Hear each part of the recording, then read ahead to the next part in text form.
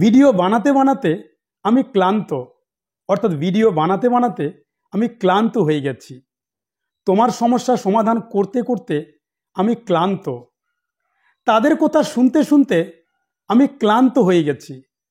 তোমার অপেক্ষায় থাকতে থাকতে আমি ক্লান্ত হয়ে গেছি। এই ধরনের বাংলা বাক্যগুলোকে ইংরেজিতে বলবার ক্ষেত্রে আমরা যে স্ট্রাকচারটি ব্যবহার করব সেটি হলো subject plus am is are plus tired of plus verb plus ING plus object. তাহলে এবার যদি বলি আমি ভিডিও বানাতে বানাতে ক্লান্ত হয়ে গেছি, I am tired of making videos. I am tired of making videos.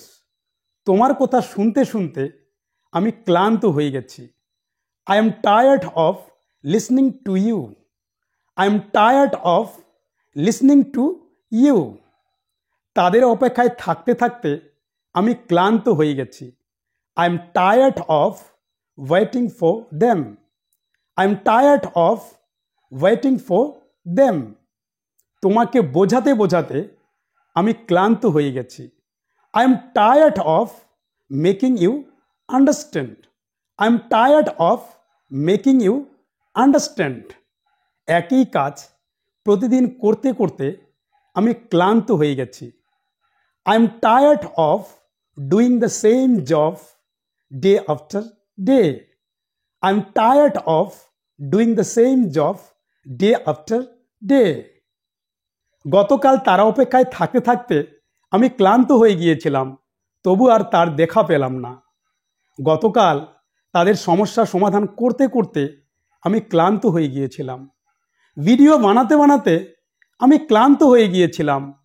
তাদের সমস্যা সমাধান করতে করতে আমি ক্লান্ত হয়ে গিয়েছিলাম। এই ধরনের বাক্যের ক্ষেত্রে বাক্যের গঠনটি হলো subject plus was were plus tired of plus ভার্বের সঙ্গে আইএনজি প্লাস অবজেক্ট। তাহলে এবার যদি বলি তোমার অপেক্ষায় থাকতে থাকতে আমি ক্লান্ত হয়ে গিয়েছিলাম, I was tired of waiting for you. I was tired of waiting for you. গতকাল তাদের কথা শুনতে শুনতে আমি ক্লান্ত হয়ে গিয়েছিলাম, I was tired of listening to them yesterday. I was tired of listening to them yesterday. Video বানাতে বানাতে আমি ক্লান্ত হয়ে গিয়েছিলাম, I was tired of making videos. I was tired of making videos. তারা হাঁটতে হাঁটতে ক্লান্ত হয়ে গিয়েছিল, they were tired of walking. They were tired of walking. তার অপেক্ষায় থাকতে থাকতে আমরা ক্লান্ত হয়ে গিয়েছিলাম, কিন্তু তার সঙ্গে দেখা করতে পারিনি। We were tired of waiting for him, but we couldn't meet him. We were tired of waiting for him, but we couldn't meet him. তুমি তাদের সমস্যা সমাধান করতে করতে ক্লান্ত হয়ে যাবে, কিন্তু তাদের সমস্যা শেষ হবে না।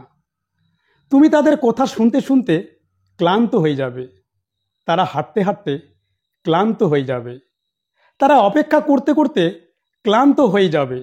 এই ধরনের বাক্যের ক্ষেত্রে বাক্যের গঠনটি হলো subject plus will get plus tired of plus ভার্বের সঙ্গে আইএনজি প্লাস অবজেক্ট।